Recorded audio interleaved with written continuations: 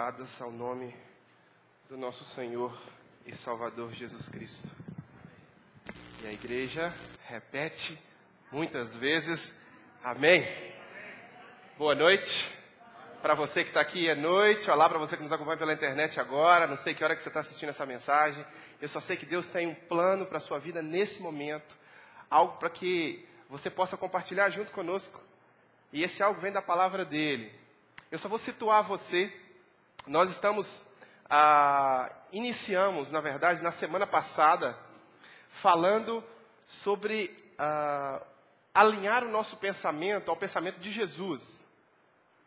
Então, o cristão, ele é instigado pela palavra de Deus a alinhar o pensamento ao pensamento de Jesus. E o pensamento de Jesus, em quase que 100% do tempo, era de compaixão. Então, nós, na semana passada, iniciamos uma reflexão e vamos continuar nessa mesma mensagem, nessa mesma reflexão hoje, para nós encerrarmos com ela, para que semana que vem a gente retome uma nova série. A reflexão se chama Tenha Compaixão. Se você perdeu, não esteve aqui ou não assistiu, igrejadocoração.com está lá, você pode acompanhar o início da nossa reflexão. A gente viu que Jesus, ele olhava para as multidões e sempre tinha compaixão das multidões. Jesus, como Fabrício mencionou na oração dele, Jesus calçava o sapato do outro. Jesus se envolvia, permitia que outras pessoas se envolvessem em sua vida e se envolvia com o sofrimento das outras pessoas. Era vida na vida. Porque Deus me criou e criou você para que a gente tenha compaixão.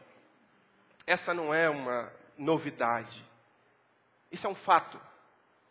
Deus criou você para que você tenha compaixão. Mas por que a sociedade hoje não tem compaixão? Por que a sociedade hoje não derrama compaixão?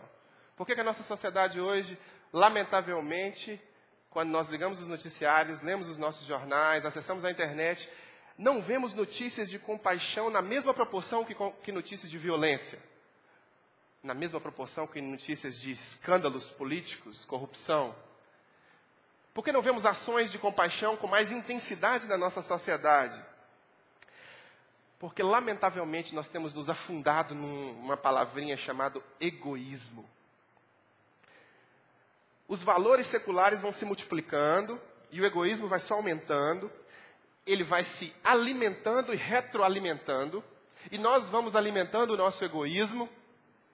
E nós vamos afundando uma geração inteira num distanciamento cada vez maior de Deus, da compaixão, do amor ao próximo. E vamos nos aproximando cada vez mais do nosso próprio umbigo como sociedade. Se você sentar na mesa com todos os grandes líderes políticos que nós temos, de Obama até, sei lá, Raul Castro, vou pegar dois extremos aqui, né? Ahmadinejad. Se você sentar com todos eles, vai ser exatamente a mesma coisa que você sentar com uma meia dúzia de adolescentes. Ou com uma meia dúzia de jovens. Ou com uma meia dúzia de senhores. Ou de senhoras. Todos têm em seu coração, todos, a vontade de alimentar o seu umbigo. É por isso que nós não conseguimos chegar a uma conclusão com relação à bomba atômica. É por isso que nós não conseguimos fazer que adolescentes se entendam, ou que jovens se entendam, ou que cruzeirenses e atleticanos se deem as mãos. E se abraçam.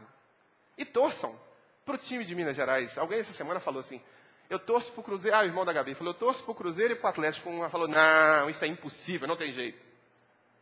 Ou é Cruzeiro ou é Atlético. Então, naturalmente, nós vamos afundando em nossos próprios desejos, nas nossas próprias vontades. E isso faz com que a sociedade se mergulhe cada vez mais numa falta de compaixão. Parece que não tem esperança, né, gente? Dá essa impressão, às vezes, quando a gente assiste do Datena até o William Vahr. Você começa lá às 6 horas da tarde, vai até o Jornal da Globo, e você só vê notícias e mais notícias, e parece que não tem jeito. Por que está acontecendo com o mundo? Por que hoje nós temos um vulcão que entrou em erupção anteontem, e que colocou toneladas e toneladas de gases, de uma espécie de uma fumaça, que travou toda a Europa? Por que nós temos enchentes no Rio de Janeiro, e temos terremotos na China, e temos Santa Catarina debaixo d'água, e temos... o que está acontecendo?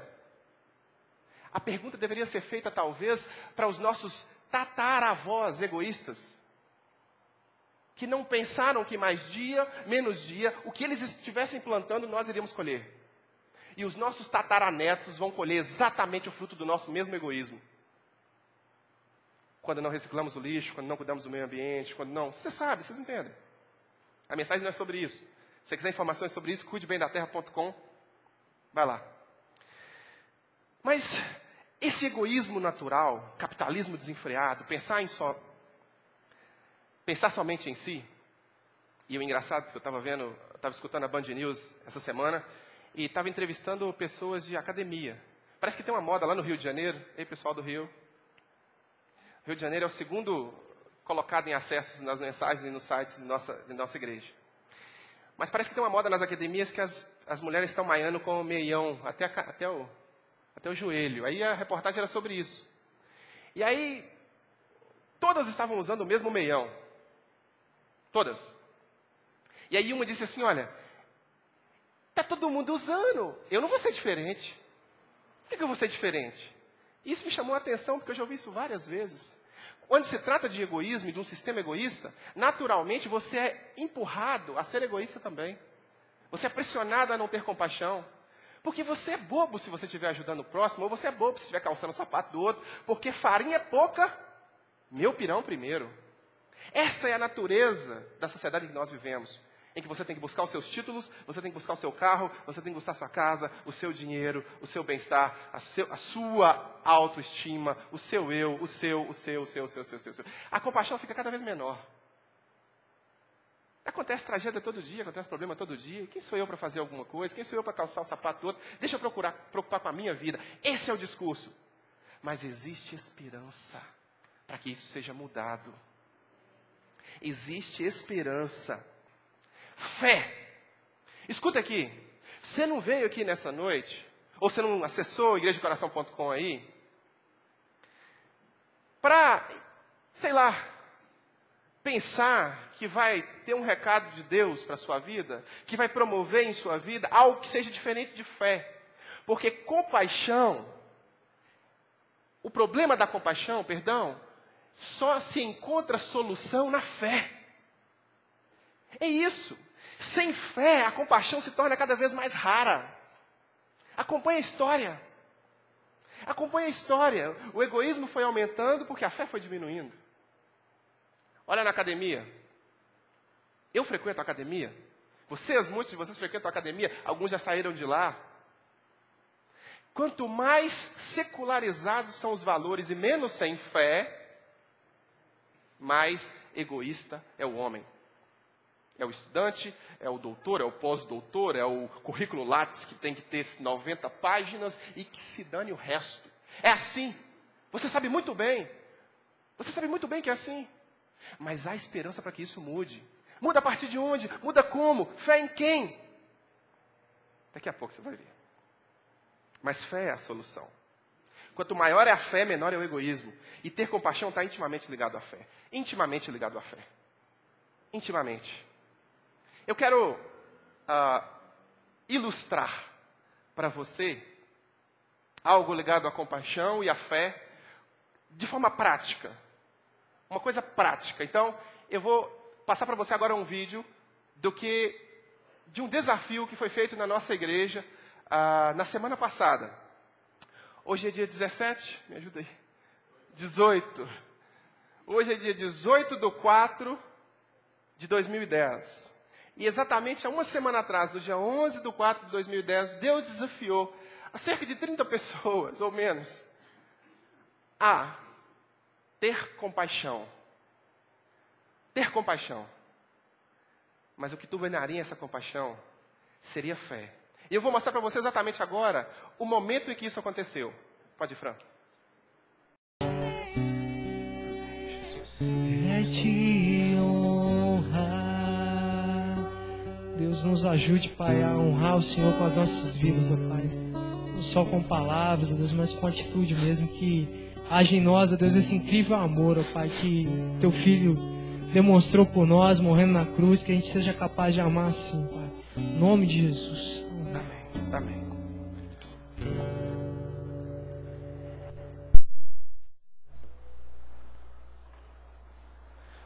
O que aconteceria se quando eu chegasse na minha casa hoje, eu fosse no meu guarda-roupa e selecionasse várias das minhas roupas que eu tenho lá hoje e separasse essas roupas boas, como essa que eu estou usando aqui agora, se eu separasse e colocasse numa grande sacola, e se eu tivesse um grupo de pessoas que fizesse a mesma coisa, que separasse algumas roupas de criança, roupas de adulto, e colocasse numa grande sacola nas suas casas, o que aconteceria, eu estava pensando ali, é que provavelmente nós teríamos várias grandes sacolas reunidas no mesmo lugar.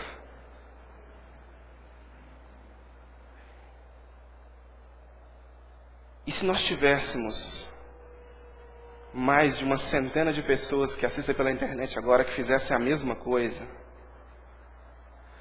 nós teríamos mais de uma centena de grandes sacolas reunidas no mesmo lugar.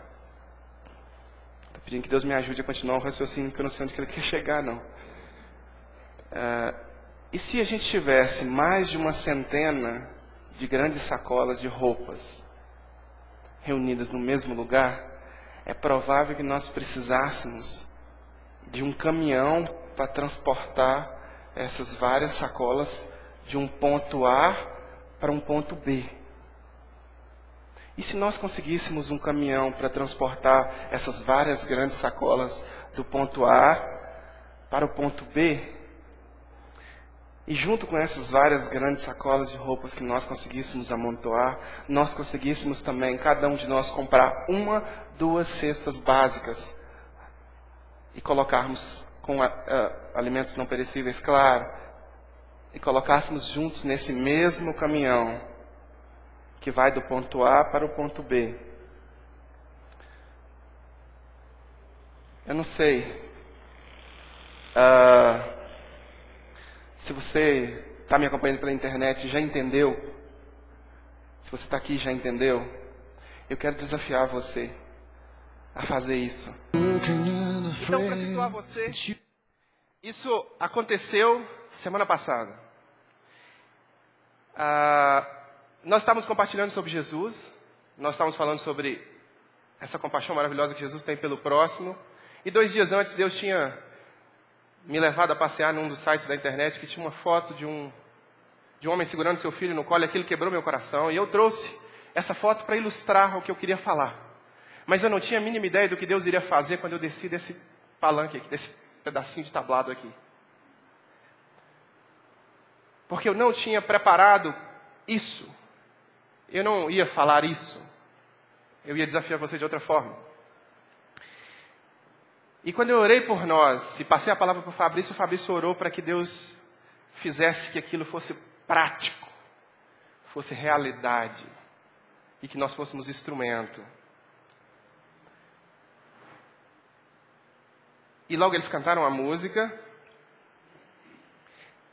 e eu vim aqui para frente e falei exatamente isso que você acabou de ouvir. Ouvindo um sussurro de Deus para que eu me movesse em direção à vontade dEle pela fé. Porque para nós, meus queridos, é improvável, é impossível, com todas as condições que nós temos agora nesse momento, fazer algo desse jeito. Não dá. Sem fé, é impossível entender isso. Não dá para fazer isso. Não dá para mandar um caminhão para Morro do Bumba, para Niterói. Não dá. Como é que a gente vai fazer isso? Quem somos nós? Nós temos 30 membros sentados aqui. Mas sem fé, é impossível que isso aconteça. Mas com fé, todas as coisas são possíveis. Aí eu quero apresentar para você agora o resultado do que Deus fez quando Ele mesmo nos desafiou a fazer algo. Fran, resultado.